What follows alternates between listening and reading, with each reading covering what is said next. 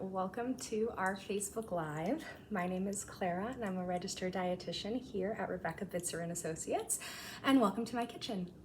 So April is IBS Awareness Month, so today we're going to be cooking up some FODMAP friendly tacos, and then we're also going to be talking about some cooking and meal prep tips for those people who, have food sensitivities, have a elimination diet that they have to follow or dietary restrictions, but you still have to get dinner on the table for your whole family.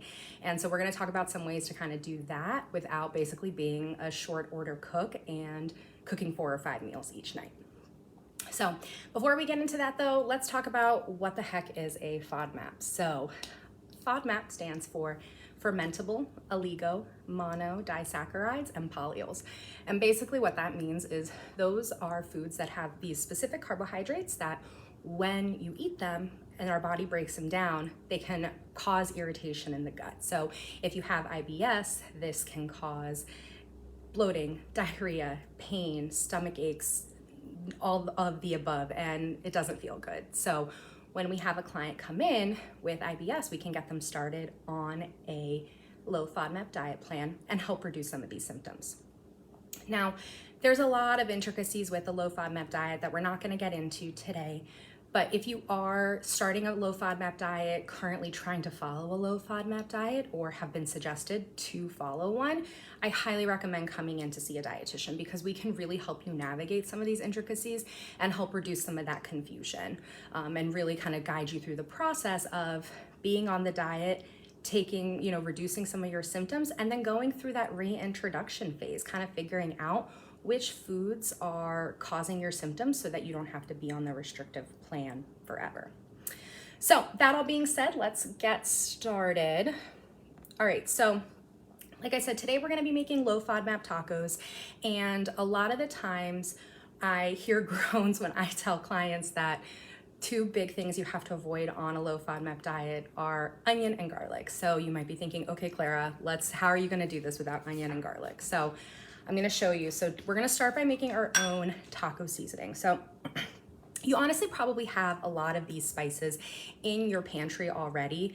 And if you like Tex-Mex, if you like that Mexican type seasoning, I recommend mix up a big batch of this. So we love tacos in my house. So see, I have my little mason jar of seasoning. So you can make a bunch and then pool it whenever you need it. So you don't have to just use this for tacos. You can use this for chicken, for fish, for steak, for shrimp, whatever you want, and it can make a really quick, easy dinner. So I'm gonna link this recipe in the comment section below at the end of the event, so you'll be able to find it there after. So we'll go through though what we have here. So we have our chili powder. We also have our red pepper flakes, some oregano, paprika, cumin, salt, and pepper. So pretty standard spices, nothing too crazy. If you don't want to mess with making your own taco seasoning, which I don't blame you if you don't want to do that, there are some really great products out there that can be used instead. So FODI is a company that makes some low FODMAP friendly alternatives. So they also have a taco seasoning. So you can buy their taco seasoning and you can use that as well. All right, so let's get started. I've been preheating my pan here, and we're just gonna get started. We're gonna throw our ground beef in there. All right, so when it comes to cooking with food sensitivities or cooking when you are on an elimination diet, one of the things that I talk a lot with my clients about is doing these kind of do-it-yourself meals. So taking one part of the meal, so today it's gonna be just taco meat, and then making that low FODMAP friendly or friendly for almost everyone, and then having everyone else customize it. So with tacos, you can add different toppings. You can use different tortillas to make it FODMAP friendly. So for example, you'll see that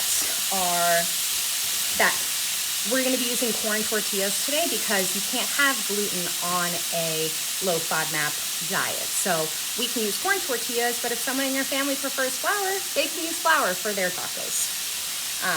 One of the intricacies with low FODMAP cooking is that some of the foods are what we call dose dependent. So really it comes down to how much you're gonna have of that specific food. So that's where it can get a little bit tricky. So it can feel frustrating, like not knowing, okay, can I have this? Can I not have this? So what we're gonna do is I'm gonna talk about some of the resources that can help you with that. So the really good news is that over the past couple years, there have been some really great, like I said, food products that have come out on the market, food companies, and then apps that can really help you kind of navigate this low FODMAP lifestyle. So one of my favorites is the Monash University Low FODMAP app. So it is incredible. You can pull up a food list and you can really see, okay, can I have this food? Which FODMAPs are in that food? So once you get into the reintroduction phase and you start kind of figuring out which foods may be causing issues, you can see what FODMAPs are in those foods. It also lets you really kind of, see like, okay, is it dose dependent? Like, can I have a little bit of this food or can I not have it at all? So it's not going to leave you guessing. Another really great app that has come out recently is the Spoonful Scanner App, which is a low FODMAP scanner. So you can take that into the grocery store with you and there's no more guessing. You can scan an item, figure out if it is low FODMAP really quickly and keep moving about your day. All right, so I'm just over here browning this ground beef. So you're gonna see how quickly this meal comes together. And this is why, like I said, tacos is one of my favorite dinners to cook because one, it's so quick and easy. Two, you can get help. So one person can be working on the taco meat and you can get someone's help putting together the toppings, setting the table, all that kind of stuff. So with the food sensitivity cooking, like I mentioned, doing these kind of do-it-yourself meals, it also doesn't hurt ever to kind of get creative in thinking about, okay, using the meals and can we turn them into leftovers, So for example, if you were making tacos, could you make a low FODMAP friendly taco salad? Could you, make a different like taco bowl or a burrito bowl instead of tacos? So there's a lot of ways to kind of customize this. And the good news is because there are so many great new food products out there that are low FODMAP friendly, you won't feel like you're missing out. So one that I already mentioned, like I said, FODI, that has a taco seasoning, they also have a salsa. So this is something where, you don't have to miss out on having a salsa because it tastes pretty good, and you can still have taco night. And so they also make a pasta sauce. They also make a barbecue sauce, other condiments, salad dressings. So you can do something like, let's say, a pasta night where you have the pasta sauce, you can add a protein in, and then you can customize it using different pastas. Get a regular pasta for those who don't have to worry about being on a FODMAP diet, and then get a gluten-free pasta that is FODMAP friendly. All right, so these are almost done. And I know I've mentioned FODI a few times. There are also, if you're following a low FODMAP diet, there is also a great company called Epicure that do make low FODMAP friendly meals, snacks, and deliver it straight to your door. So if you ever feel like, okay, like I just need a break from this, like I just need to take kind of a quick breather, they're a great option. And I have personally tried a few of their dishes and they are quite good. All right, so this is almost done. We'll just give it a few more minutes. So at the end of our live, I will also link up the information for other FODI products if you are interested. You can find them actually pretty readily available right now. My local Giant carries them. I know Wegmans carries them.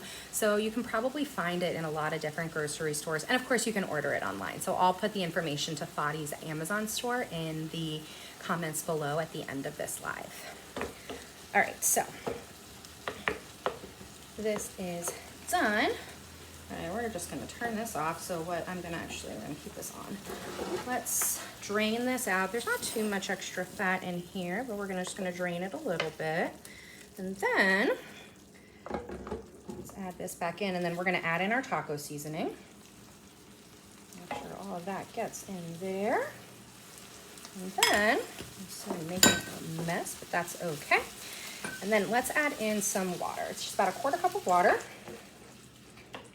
All right, we're gonna let that cook for just a few more minutes and then we'll be ready to go. And if you have other questions or are wondering, okay, Klara, what are some other kind of that do-it-yourself meals that I can do? We have a really great book on cooking with food sensitivities that I'll also add the link to below. So you can get the ebook on our website or you can purchase the physical book on Amazon. And it really takes you through kind of some ways to make meals, use different ingredients so that you can pick foods that you know that you can tolerate, but also you can have foods on hand that you know your family will like too.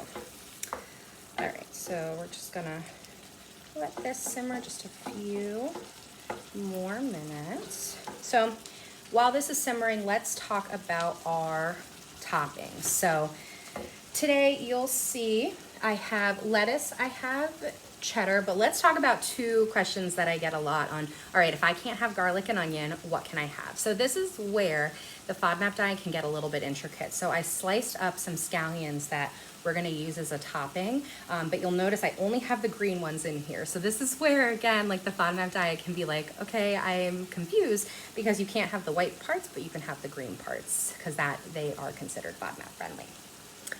Another kind of tough piece with the FODMAP diet, like I mentioned, is that dose dependence. So sometimes you can have a little bit of a food, but not a lot of it.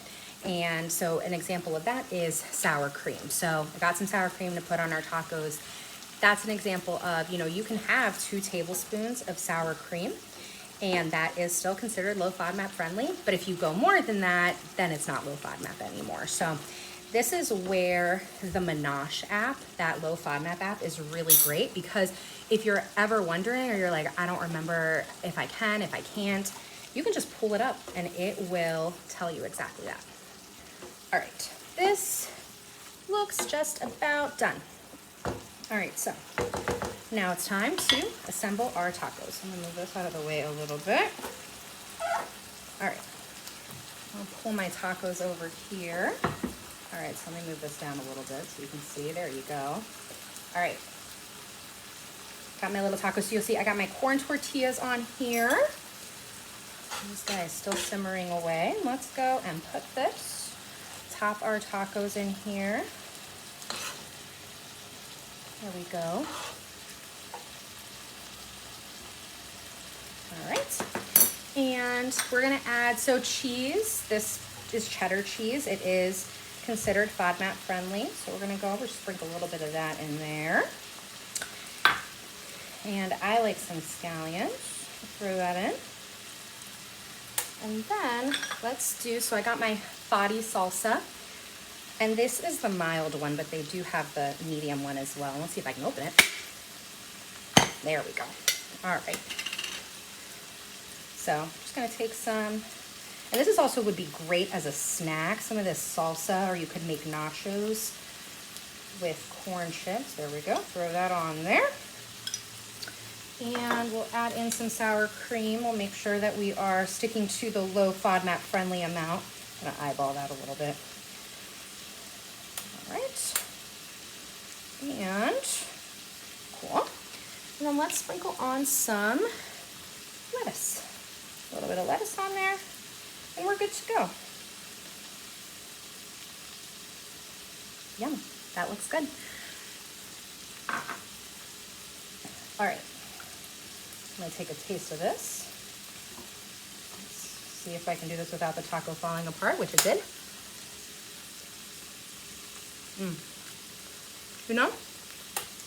You don't even miss the garlic and onion, if I'm being honest. So, I hope you've enjoyed today's Facebook Live. Like I said, I'll be linking all those resources that I talked about today down below. And then join us next month on May 17th, and we're gonna be talking heart-healthy cooking. You guys stay safe and have a great rest of your day.